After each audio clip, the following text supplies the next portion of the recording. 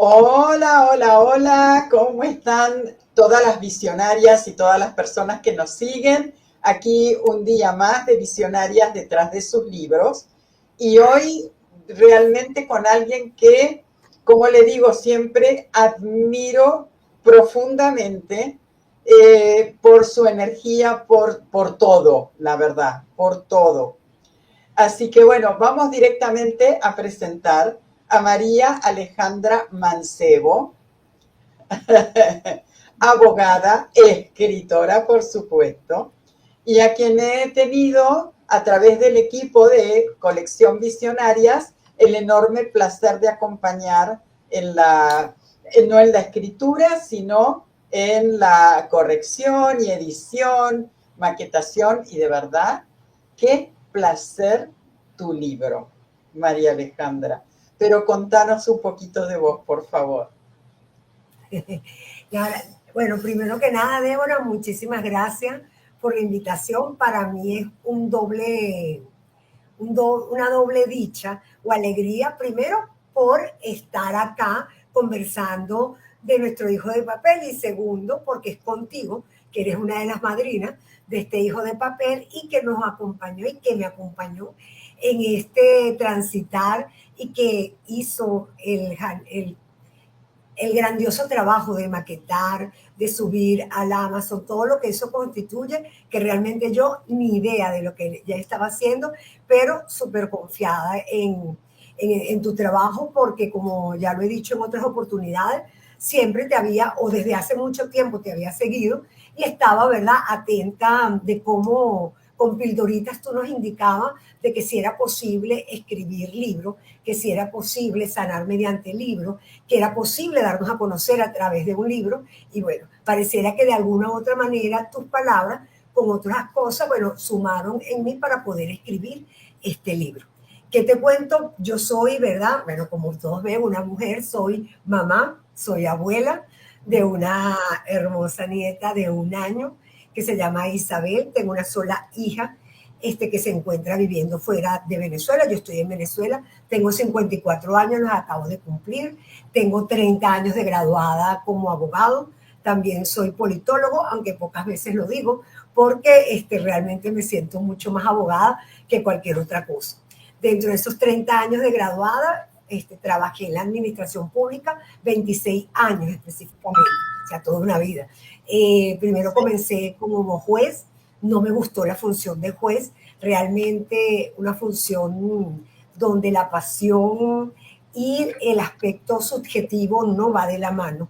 Venía, ¿verdad?, de una escuela donde mi esposo fue, en los actuales momentos fue jubilado y me di cuenta que esa no era mi carrera. Pues Dios me dio la oportunidad de ingresar en el área penal. Yo era civilista, imagínate tú. Yo era civilista y pensé que nunca el derecho penal iba a tocar en mi vida y bueno, me tocó. Pero me tocó con algo magnífico que tenía que ser con los adolescentes. Y me convertí en la primera defensora de responsabilidad penal del adolescente en la ciudad donde yo vivo en los actuales momentos, que es en Barquisimeto. Y que disfrute comenzar a reestudiar, a redescubrir nuevamente el derecho penal, pero con una visión de un sector que tú siempre señalas y crees que tiene posibilidades de reconstruirse. Aprendí un derecho penal humanitario, un derecho penal de lo que significaba planes de vida, lo que significaba plan de educación, una experiencia maravillosa de 10 años. Después de los 10 años me di cuenta que realmente ya yo no quería saber nada de la administración pública y decidí, cuando a mi esposo lo jubilaron, irme a Caracas porque dije, bueno, quiero ser totalmente académica, no quiero saber más nada de la administración pública. Y bueno, en la parte académica duré 1 mes nada más como Wow. directora del Instituto de Posgrado, del Instituto de Investigaciones Jurídicas de la Universidad Católica Andrés Bello, de donde yo soy egresada, pero entre ese mes donde yo estuve, conocí al que era director contra la delincuencia organizada en ese momento de la Fiscalía. Yo pensaba que él me estaba haciendo como una entrevista o algo, y no sé en qué momento terminé al mes ya jurando y siendo fiscal del Ministerio Público. O sea, Wow. mío. Él siempre señalaba que no se imaginaba cómo yo, que era tan apasionada, siendo defensora, podía ser fiscal del Ministerio Público. Y sin embargo, la experiencia como fiscal del Ministerio Público, que duró 11 años, fue grandiosa, una más grandiosa que otra, pero grandiosa, porque me permitió iniciar con la otra cara de lo que significa acusar, ser titular de la investigación penal, y venía con dos ventajas. Una, que no venía contaminada porque yo venía del sistema penal de responsabilidad del adolescente, que es otro sistema totalmente aparte. Y dos, que no venía contaminada por cuanto como defensora pública o a uno lo preparan para poder ver las debilidades de los fiscales desde el punto de vista académico, porque como uno no tiene recursos, entonces uno lo que visualiza es si se equivocó, la coma, si le faltó una persona, la cadena de custodia, todo ello, y eso fue una gran escuela, debo decirlo. Fui la primera fiscal de legitimación de capitales y fue una experiencia increíble. Luego pasé por otras áreas, que si extorsión y secuestro a nivel de delincuencia organizada, luego por droga, luego pasé, ¿verdad?, por corrupción, luego pasé nuevamente por lo que significa femicidio, trata de personas, y cuando me mudo nuevamente a Barquisimeto, porque mi papá se enferma, vuelvo, ¿verdad?, pero con una competencia neta de violencia de género en fase de juicio, y luego fui la fiscal de corrupción hasta que me jubilaron. Entonces, una carrera muy de la administración pública con creencia, que pensé que yo nunca iba a poder vivir sin la administración pública, pero bueno, eso es mentira, esas secuelas que vayan a dejar. Luego ingresé al área académica que siempre he pertenecido, pero ya formal como directora y vicerrectora de investigación y posgrado en una universidad, y en los actuales momentos estoy en una empresa privada trabajando directamente como gerencia de control y legitimación de capitales. Esa es mi vida como tal, desde el punto de vista académico. Wow, me quedé pensando cómo de temas tan fuertes desde el punto de vista penal, por supuesto, llegaste ahora a todo lo que significa, yo soy muy mala en inglés, así que sé que lo pronuncio horrible, pero cómo llegaste al compliance, a hacerte experta y bueno, y a escribir este libro, ¿no? Por supuesto que tiene que ver con todo esto. Sí, yo me imagino que muchas personas se preguntarán cómo, sobre todo las que pudieran tener una visión más de María Alejandra, como a nivel de un secuestro que se tiraba en una avioneta o a nivel de corrupción, que realmente fui bastante dura. Y sin embargo, cuando yo analizo un poco y decido transpolarizar y que sea el centro del libro, el compliance o el cumplimiento normativo, responde a varios factores. En primer lugar, en los actuales momentos, ya tengo un año, gracias a Dios, cumpliendo mi papel de oficial de cumplimiento, que no es más que la implementación de ese programa o de ese compliance. Entonces, por supuesto, estaba en el momento ideal. Como todo en la vida, Dios escribe cuando uno menos se imagina. Si bien es cierto, yo empecé en el área de la administración pública como juez civil, luego en el área penal de responsabilidad, mi primera iniciativa en el área de la fiscalía fue en el cumplimiento normativo, porque si bien yo investigaba el contexto del hecho punible de legitimación de capitales, cuando a mí me preparó el Grupo de Acción Financiera Internacional y me acreditaron, lo primero que te enseñan es cómo prevenir, cómo evaluar los riesgos, cómo medir los riesgos, y eso es el cumplimiento normativo, y desde siempre formaba parte de mi vida. Cuando yo analizo en introspección, cuando estaba realizando el libro, ¿por qué hacerlo de esta manera y no en otras facetas que pude haberlas tenido? Y me di cuenta que de todas las facetas que he tenido, que en muchos momentos he dicho que me gusta, no me gusta, pero que de todo hoy doy gracias a Dios por haberlas visualizado, porque me permiten decir la mujer que soy en los actuales momentos con lo que he aprendido. Pienso que el cumplimiento normativo se parece en todo a lo que mi papá me enseñó, y yo, mi papá, que en paz descanse, yo estoy muy apegada, o estuve muy apegada a mi papá. Mi papá era una persona que no estudió, un emigrante, ¿verdad?, de La Mancha, específicamente del lugar de Don Quijote, y él no estudió por producto de la Segunda Guerra Mundial y de todo eso lo que se generaba, pero para mí era la persona más culta que había existido, porque realmente leía como nadie, conocía la historia de Venezuela como nadie, y mi papá siempre, ¿verdad?, que yo estaba muy pegada con él, porque yo soy la más pequeña de mi casa, pues sencillamente me enseñó. Él quiso que yo estudiara Derecho, yo no quería estudiar Derecho, yo quería estudiar era Comunicación Social. Él me enseñó lo que era el valor de las normas, lo que significaba lo correcto, y me lo enseñó a través de Don Quijote de la Mancha. Entonces, al hablar del compliance, yo quise, ¿verdad? Unir varias cosas, quise unir lo que realmente estoy haciendo en los actuales momentos, quise reunir que de acuerdo a las experiencias que viví, el cumplimiento normativo definitivamente me rescató para recordarme que lo correcto siempre es el camino, aun cuente más, y que te señalen. Y es también como un legado a mi papá de decirle, viste papá, tú siempre quisiste que yo fuera abogado corporativo, y aquí estoy, ¿verdad? Qué mejor abogado corporativo que dar cumplimiento a esa figura del compliance. Así nace, y el por qué yo escojo directamente esa temática que creo que es la que me representa definitivamente. Y qué emoción que hayas, por un lado, encontrado finalmente ese camino que te representa más que los otros que por los cuales fuiste recorriendo, y además ese homenaje a tu padre, ¿no? Que sembró las semillitas de las normativas. Qué Sí, emocionante. yo creo que era algo, y como tú dices, Débora, a veces uno dura en la vida el tiempo que debe durar de acuerdo a lo que establezca Dios, y uno no termina de descubrir qué era lo que realmente quería. Y yo debo decir que gracias a Dios, y vuelvo a insistir, que puede ser por acontecimientos que no necesariamente son algo que uno termina de agradecer, pero que no fueron fáciles, o que no fue algo que yo pudiera decir, ay, qué divino, lo quiero volver a vivir. No, jamás lo quiero volver a vivir. Pues logré descubrir mi verdadera pasión. Y si tú me preguntas, ¿te cambiarías? No. O sea, yo creo que llegué al lugar donde tenía que estar, y a donde realmente puedo dejar una huella. Y por eso yo creo que yo decidí escribir el libro, o mi primer libro, de esto, dejar una huella con lo que yo siento, con lo que yo soy, para poder, ¿verdad?, generar algún tipo de significado, que para mí eso es bien importante. Claro, ahí es donde está la esencia, exactamente, ¿no? Del por qué justamente en este momento escribir este libro, que además Exacto. es un libro grandioso. O sea, yo aprendí con este libro muchísimo de tu mano, y es un libro escrito de una manera muy sencilla. O sea, de hecho, no hace falta ser una persona que esté dentro del mundo del derecho para poder entenderlo. ¿Cómo hiciste para escribir de esta manera tan sencilla, tan fácil de entender?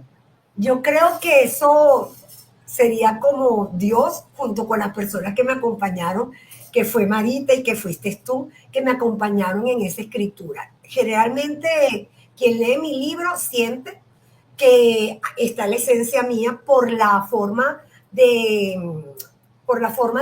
la narrativa. Sin embargo, quien me conoce en el área profesional pudiera decir lo que tú señalas, o sea, ¿cómo hiciste para bajarte de esa nube tan jurídica? Exacto. Porque aparte de que he trabajado en muchas organizaciones públicas, también soy una persona que me gusta mucho estudiar. Entonces pensaban que el libro que yo iba a escribir era un libro muy petulante, o un libro lleno, ¿verdad?, de conceptos que muchas personas no pudieran entender.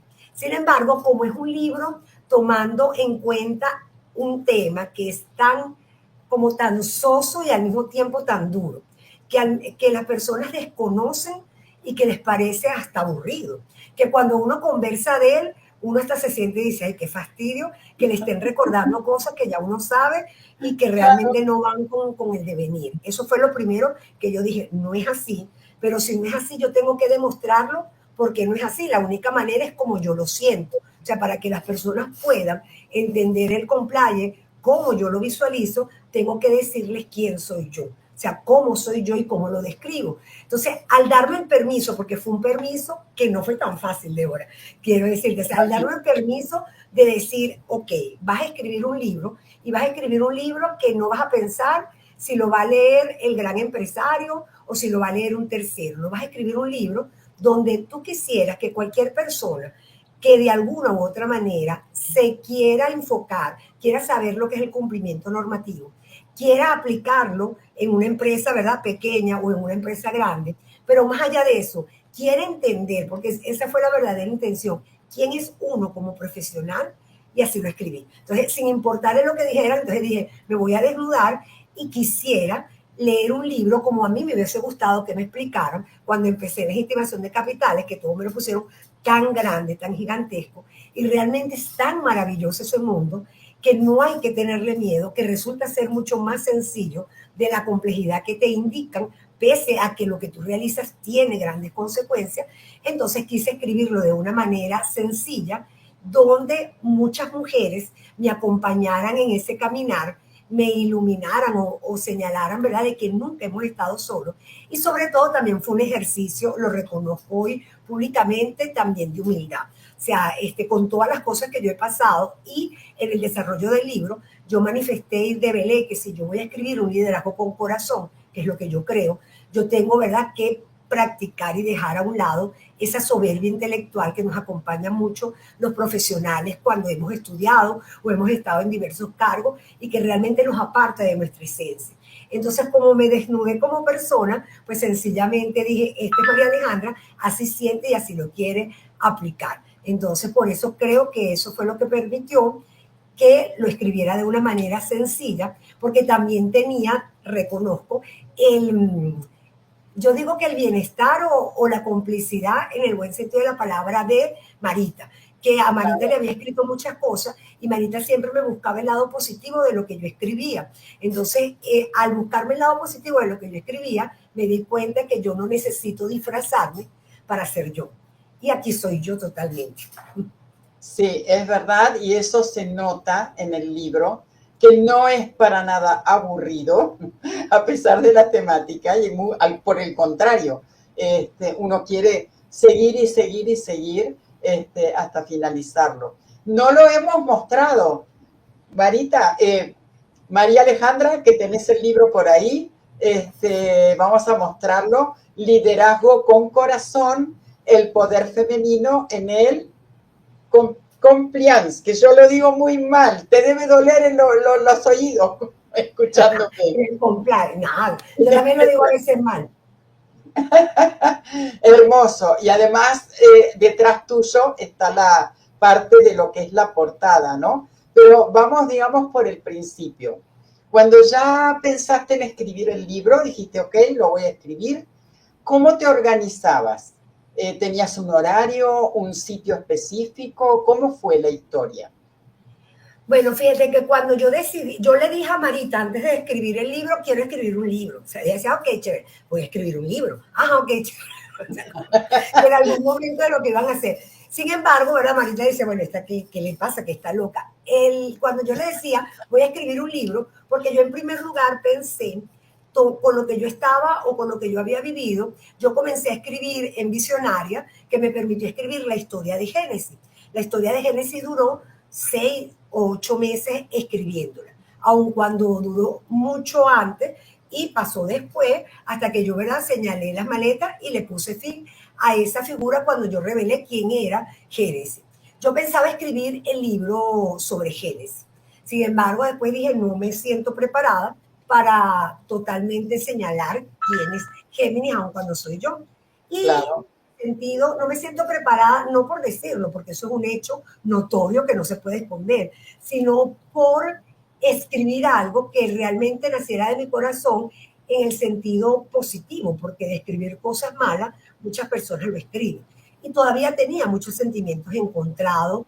Y entonces, por supuesto, yo creo que eso forma parte de la mente humana, de que uno siempre busca o reprimir sentimientos, olvidar cosas, y o uno buscar, y yo busqué, ¿verdad?, a una persona para poder decir, como si tuviéramos dos vidas paralelas entre ella y yo, para poder tratar de autodescubrirme, porque llegó un momento donde yo no sabía ni siquiera quién era yo.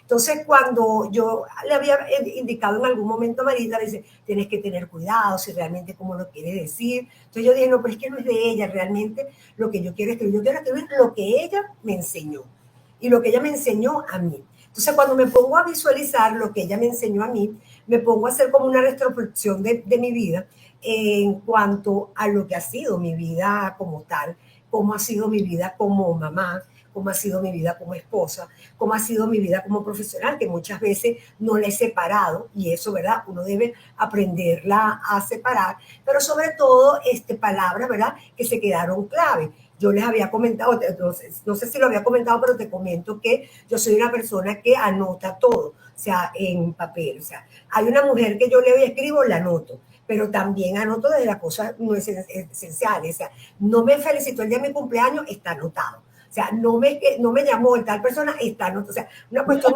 como loca. Entonces me di cuenta, ¿verdad? Busqué todo ese poco de libretica y yo decía, bueno, ¿cuánta gente tengo yo aquí y cuánto tiempo he perdido en anotar los que yo creía que estaban? O sea, una cuestión loca. Y vi un cuaderno que es muy grande, que tiene que ver con todos los libros que yo he leído, que lo que ha significado para mí desde hace muchísimo tiempo, desde que estaba en la universidad.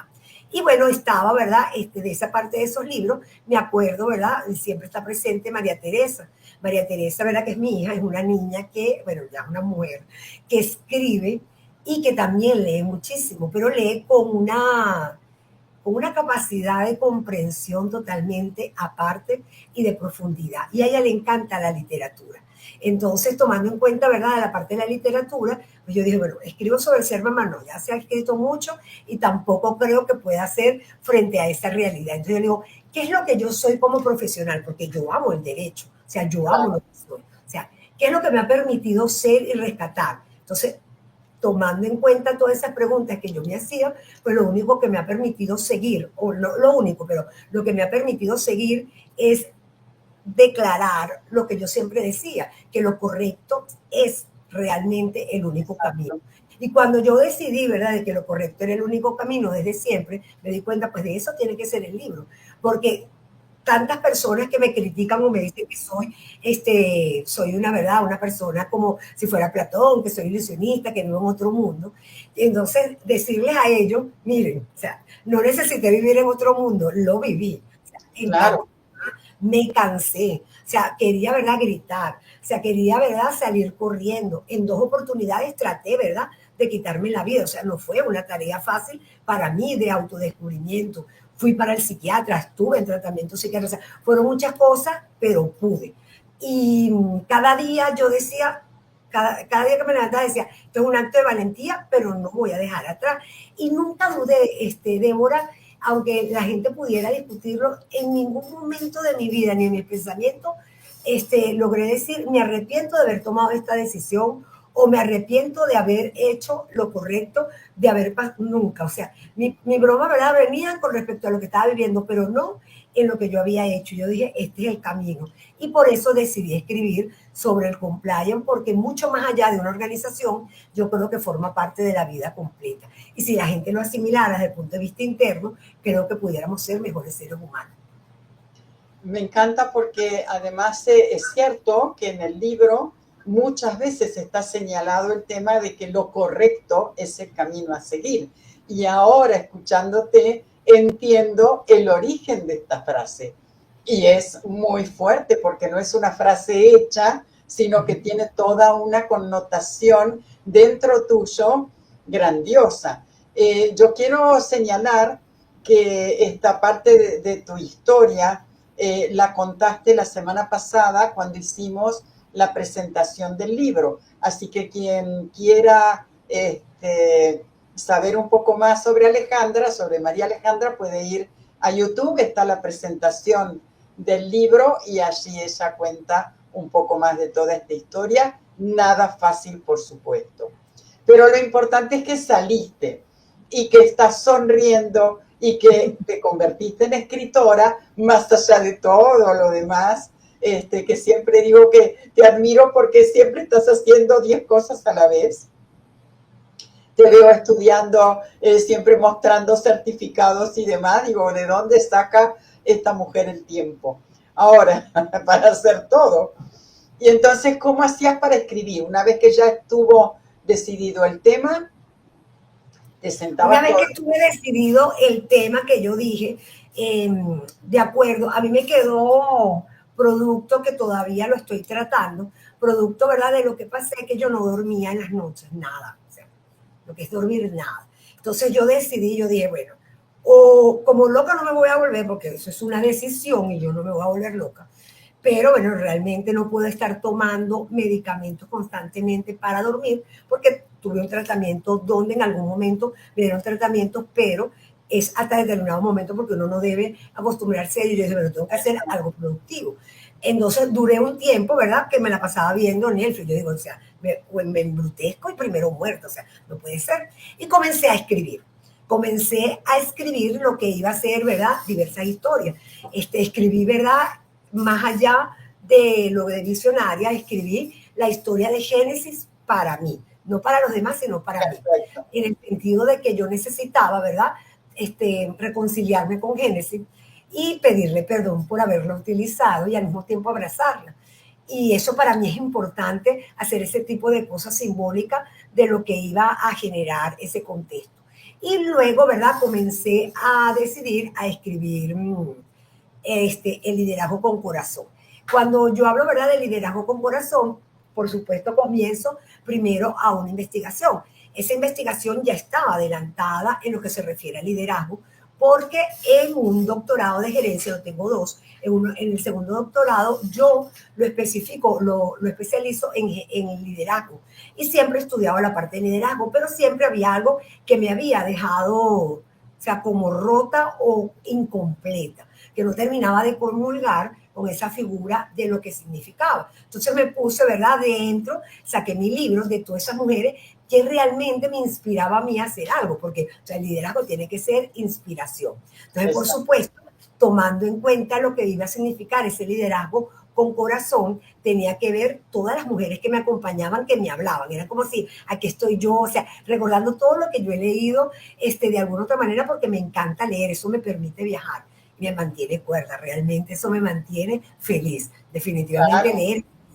Entonces, pero a su vez, por supuesto, yo tengo Don Quijote de la Mancha en todas las versiones, versión niña, versión chiquita, versión escrita por otro, versión original, todas. Tengo la foto de Don Quijote, ¿verdad? Yo tiraba, ¿verdad?, en la cama, todo, o sea, porque totalmente en eso. Yo dije, ya va, o sea, ¿por qué esa figura de Don Quijote? Y tiene que ver por la forma como mi papá me contaba quién era Don Claro. Quijote. Para mi papá, ¿verdad?, la historia de Don Quijote va mucho más allá de lo que, y que es válido que cada persona la comprenda a su manera, pero él siempre me explicaba que yo tenía que tener unas cosas de Don Quijote y tenía que tener de Sancho, que en el momento, ¿verdad?, de que yo tuviese de uno u otro, no tenía armonía, y él me utilizaba la palabra armonía. Esa figura de la armonía es lo que me permitió a mí entender que ese era el liderazgo con corazón, tener, ¿verdad?, los ideales, pero el cerebro de Don Quijote, pero que por sí solo podía alucinar y no llegaba a nada. Y tener el aspecto mundano, que muchas veces me falta, porque no aprendí, ¿verdad?, a disfrutar, porque siempre pensaba que tenía que ser, y eso lo estoy aprendiendo ahorita después de mayor, diría mi hija, de lo que tiene que ver ese Sancho, que tenía esa ingenuidad, que era capaz de creer ciegamente en quien él consideraba su caballero, que le pedía, ¿verdad?, en un primer libro de que hasta cuándo iba a seguir, y luego en el segundo libro le pedía que no se muriera. O sea, esa unión de ambos, que mi papá decía que era el cerebro y que el otro era el estómago o el corazón, pues es lo que realmente significa la armonía. Y es donde nace la concepción para mí del amor, porque el amor está como sobrevaluado. El amor está en su término, en la palabra, está bajo cualquier concepto que se interpreta de manera equivocada. Yo dije todo lo contrario, porque yo digo, ¿cómo hace uno para ser feliz? Vivir con pasión. Pero vivir con pasión no significa, ¿verdad?, el contexto pasión que se utiliza de otra manera, sino pasión por lo que uno hace, por lo que uno le gusta. O sea, que uno se encuentre en su casa y esté feliz. Que se encuentre limpiando y esté feliz, cosa que a mí no me gusta.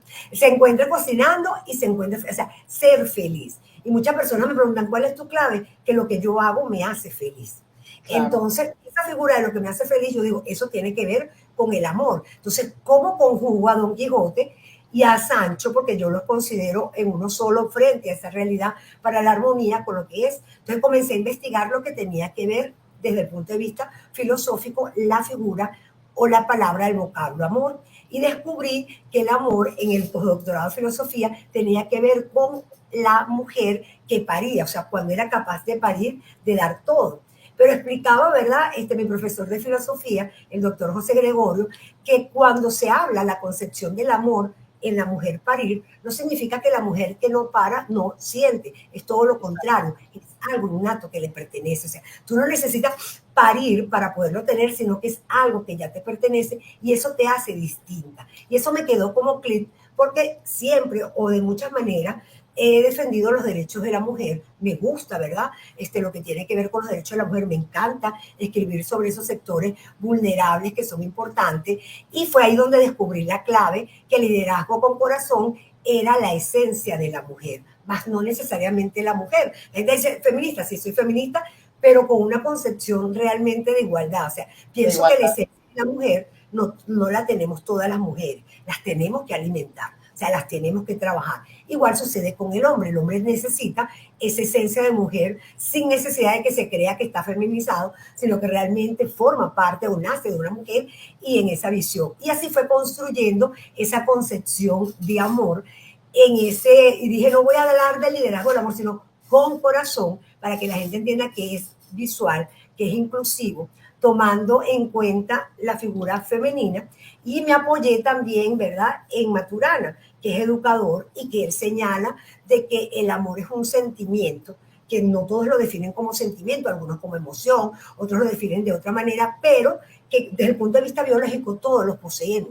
Pero el poseer el amor no te hace, ¿verdad?, aprender a convivir. O sea, te hace convivir cuando tú reconoces a Débora como Débora. O sea, Débora está en otro país, a Débora, ¿verdad?, le gusta escribir. Cuando yo la acepto a ella como es, la respeto y la tolero, ese es el verdadero amor. Y ahí fue cuando me di cuenta que esa era la verdadera esencia del amor, convivir con la otra persona. Entonces, por supuesto, a mí me encantan los cuentos, todo lo que me permita inspirarme. Me acordé, pero no porque fuera así muy inteligente, sino de mi hija, que cuando le estaba explicando lo que era el amor, ella me dice, claro, mami, porque yo siempre le quise que leyera Don Quijote, a ella no le gusta Don Quijote, ella su libro preferido es El Principito. Ella me dice, claro, mami, como El Principito, o sea, ella, ¿verdad? O sea, ella, o sea, cualquiera que, como tú lo quieres identificar, aprende lo que es el amor cuando domestica. Es lo mismo que dice Maturana, o sea, tú aceptas el otro, es cuando lo domesticas en el buen sentido de la palabra, cuando conviven. Esa es la convivencia para poder aprender. Entonces, por eso en el libro de repente aparece también el Principito dando consejos de cómo alimentar la parte del amor. Y es así como nace el desarrollo para poderlo diseñar, y también es como una deuda que tenía como doctor en gerencia, de decirle a los gerentes que dejemos a un lado de definir tantos cuantos tipos de liderazgo hay y comencemos a ser líderes. Creo que también es una deuda que tenemos nosotros al estudiar la ciencia de la gerencia. Exacto, y un líder que convive con sus liderados, por decirlo así, y que se pone a la altura y que tiene empatía y demás, ¿no? No es el líder que se mantiene por encima, como si fuera de otro planeta, de alguna manera. Pero además me encanta ese concepto de feminismo y de liderazgo en el sentido de la igualdad, ¿no? De considerar que todos estamos en realidad en ese mismo plano y que tenemos que, por supuesto, conocernos, respetarnos y aceptarnos para poder funcionar y salir adelante desde la humildad, desde la empatía. Y todo esto se refleja en tu libro, obviamente, que es una maravilla. Yo no me voy a cansar de decirlo, que todo el mundo tiene que leerlo, en especial los hombres también, como ya dijimos, más allá de las mujeres. Por supuesto que sí. Con respecto al proceso que te estuvimos ayudando, también Laura con esa portada impresionante que hizo, que es maravillosa, maravillosa. Yo sé que estás feliz, que estás súper contenta. Ahora, te queda la idea digamos, después de haber pasado todo este proceso, yo sé que estamos muy cerquita todavía del lanzamiento y demás, pero ¿estás ya pensando quizás en algún otro libro? ¿Hay alguna otra idea como para ir escribiendo? Bueno, primero quiero agradecer también a Laura, porque cuando Marita me la presentó, yo realmente no tenía mayor tipo de expectativas, porque como yo decidí escribir con Visionaria desde hace muchísimo tiempo, he escrito en otras revistas, escribo en otras, pero Visionaria es como mi casa. O sea, yo me siento en Visionaria tranquila. Y en los actuales momentos para mí es tan importante la tranquilidad y la paz que escribir en Visionaria es sentirme yo. Y eso para mí, ¿verdad? Vale muchísimo. Entonces, cuando Marita, ¿verdad? Me iba a decir que, o sea, me dijo que ella iba a buscar chévere, o sea, realmente no era algo que, o sea, yo como que, chévere, eso es tu responsabilidad, Marita, yo confío en ti, ni pendiente, porque ella me dio una clave muy importante para escribir. No te pares, porque Marita, yo le escribí, yo le mandé una primera versión toda loca, que ella se quedaría más loca todavía, que diciendo, esta mujer está trastornada, que tanto escribe, o sea, de ideas locas. Y ella me dio, ¿verdad?, una lección que se la quiero dar a ustedes. Ella me dijo, escribe, no te pares con lo que vayas a pensar, o sea, no pierdas la musa. Cuando yo le empecé a escribir, que le mandé, creo que la primera senda o la primera introducción, me dijo, escribió, le digo, bueno, no te escribo más hasta que yo, ¿verdad?, termine de inspirarme de lo que iba a poderse efectuar. No pienses en lo que piensen las más, ¿verdad? Yo dije, ¿para qué? O sea, después Marita verá si lo entiende o no lo entiende. Cuando él me dijo, Débora, bueno, ya verán a ver qué pasa, porque si no, no voy a terminar de poder escribir. Entonces, por supuesto, está claro, muy bebé el libro, pero yo le había dicho a un amigo, el que me los imprimió, que yo me había permitido escribir este libro, primero para como reconocerme yo como identidad, porque yo me autodescubrí con todo lo que me pasó, me autodescubrí con Visionaria, me autodescubrí incluso con Cata, con muchas personas de las que estaban visualizando. Entonces yo dije, yo no puedo decirle a las personas o darles una recomendación o dejar un legado o pensar en mi nieta si yo primero no me autodescubro yo y me quiero. Y esto es un libro que forma parte también de esa esencia. Por supuesto, ¿verdad? Quiero escribir, ¿verdad?, una segunda parte que tiene que ver también con la figura del compliance, pero ya a través de un manual propio de cómo implementarlo.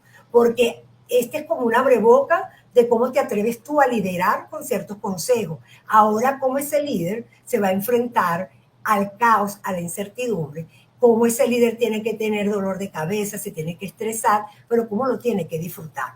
Y eso es porque como yo duré parte de mi vida, por no decir mucha parte de mi vida, preocupada, me van a votar, mañana me sacan, y en definitiva, ¿verdad? Lo que va a pasar, pasa, o sea, así de sencillo. Totalmente. Y muchas cosas son creadas por nuestra mente y nos preocupamos tanto que no termina de pasar, o si pasa, pasó, preocupándome o no, que yo lo que quiero dejar en el segundo libro como manual, ya más, no más técnico, sino un manual que lo puedan aplicar, porque no le quiero escribir al abogado que sepa de compliance.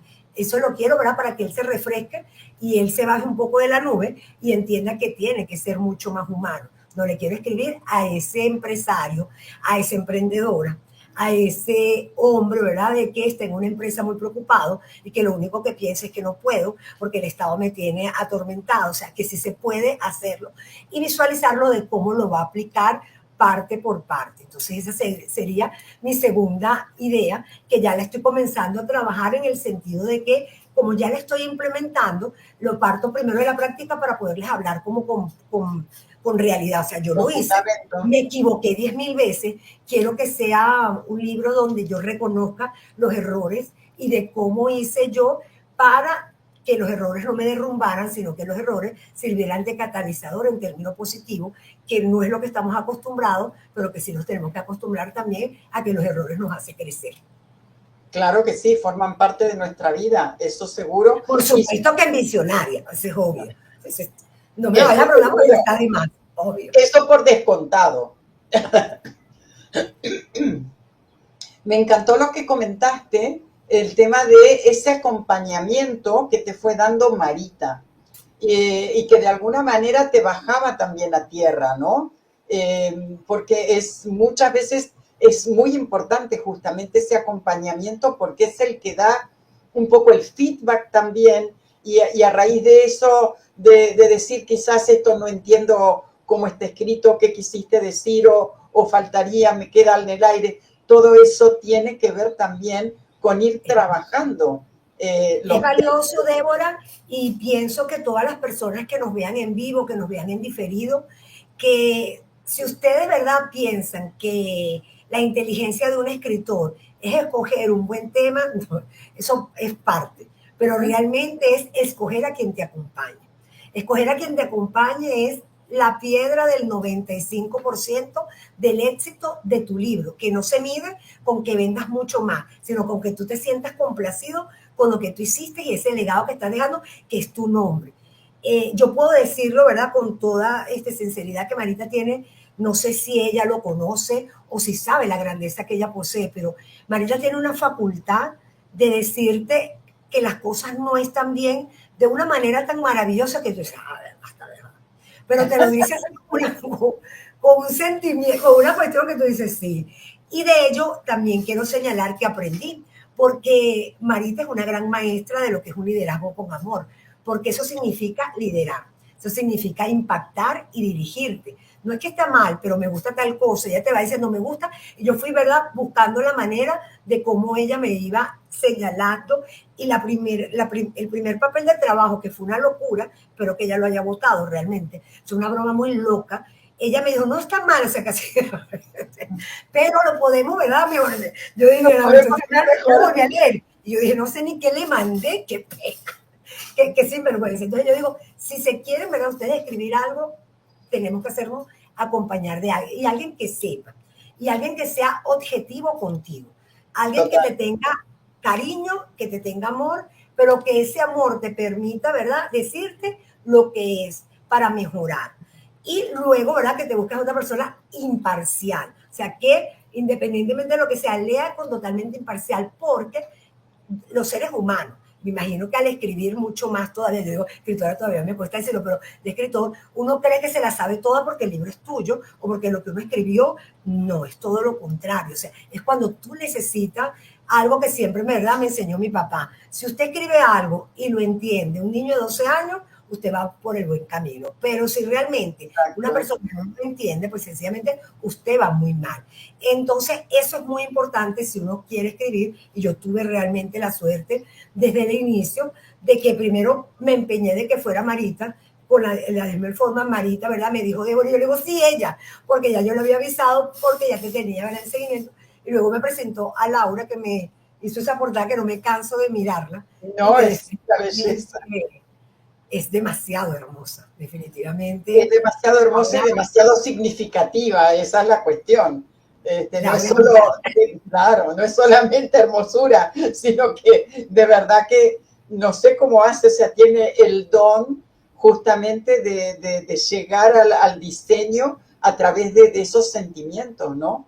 Y es grandiosa. Y Marita, sí, yo quiero resaltar porque de verdad que también, o sea, yo creo que tiene ese don de darse cuenta de las cosas y ese liderazgo con amor que le permite decirlo y que nadie se ofenda, o por lo menos, exactamente, porque lo dice de una manera que, sí, claro, o sea, tiene razón, me lo está diciendo para mejorar y de verdad que es una maravilla.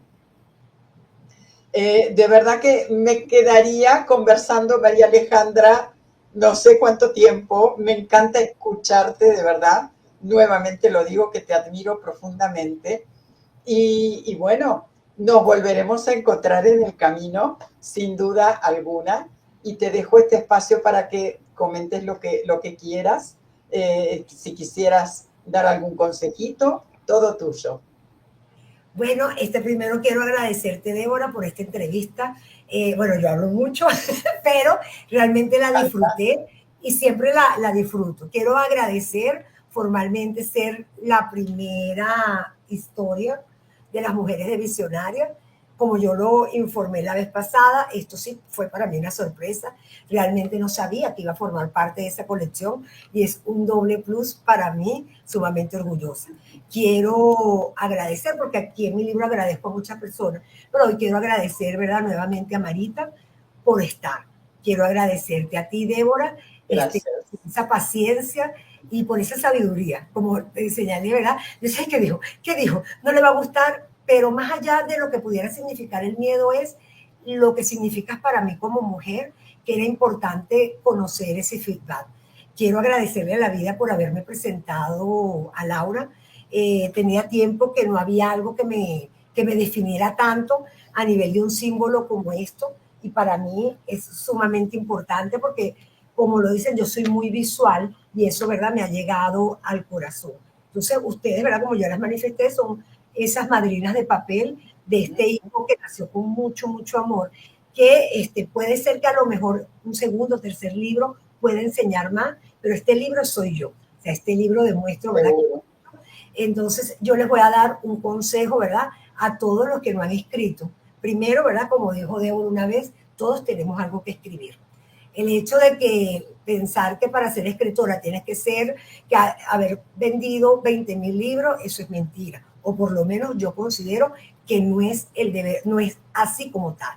Segundo, todo el mundo quiere, por supuesto, que su libro sea vendido, que se hable y todo. Pero yo voy a hablar desde María Alejandra, desde acá. Cuando escribí el libro, lo escribí, ¿verdad?, porque lo necesitaba escribir. Necesitaba, ¿verdad?, que conocieran parte de mi historia y lo que yo soy y que se puede aplicar.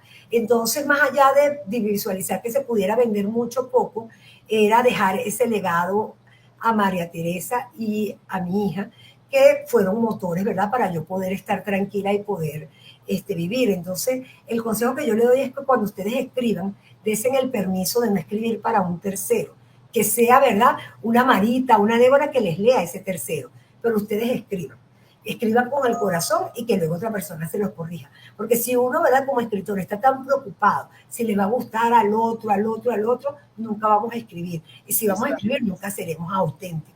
El tercer consejo es que para poder escribir con el corazón hay que ser auténtico.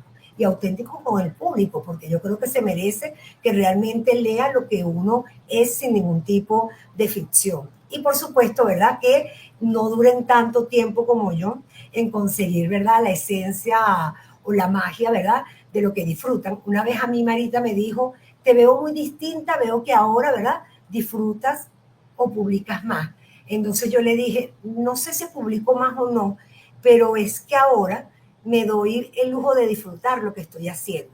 Entonces dicto una conferencia y la coloco, ¿verdad? Pero ya no me importa si cuántas personas la ven o no, porque tengo como 6,000 personas de contacto y tengo bloqueado como a 4,000, una broma así loca. O sea, porque a medida que eso, si no es porque me siento feliz, ¿verdad?, y orgullosa de lo que hago. Y es diferente, porque pudo haber existido de la misma forma, pero la manera con que yo lo hago es por ello. O sea, estoy feliz y aprendo a disfrutar. O sea, aprendo a disfrutar ahorita, a ver una película sin sentir remordimiento, aprendo a estar en un curso, ¿verdad?, con felicidad y agradecer.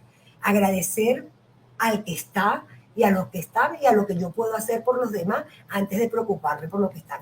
Esos son los consejos que les quiero dar y por supuesto lean y disfruten esta carátula que está. Disfruten, ¿verdad?, por supuesto, el maqueteo de Débora y la magia que logró hacer Marita de poder entender cuando decía, aquí no entiendo. Y entonces cuando yo leo, no es que va a entender si le falta la coma, me comí como 6 palabras, creo que es imposible. y tengan, ¿verdad?, siempre a una Marita a su lado para poder escribir este tipo de libros que yo ahora me acompaña, ¿verdad?, donde estoy porque es parte esencial. Totalmente, totalmente. Y lean el libro, por supuesto. El libro está en Amazon, está en versión papel, está en versión digital, así que todos lo pueden leer. Aquí no hay excusas. Y está económico, así que no hay excusa para ello. Exactamente. Y van a seguir conociendo a María Alejandra a través de la lectura del libro. Así que bueno, súper, súper agradecida por este tiempo. De verdad. Te mando un abrazo muy, muy fuerte y seguimos viéndonos en Visionarias y en todos lados. Un beso, gracias, Marita, y a los que me acompañaron. Un placer. Gracias, gracias, gracias.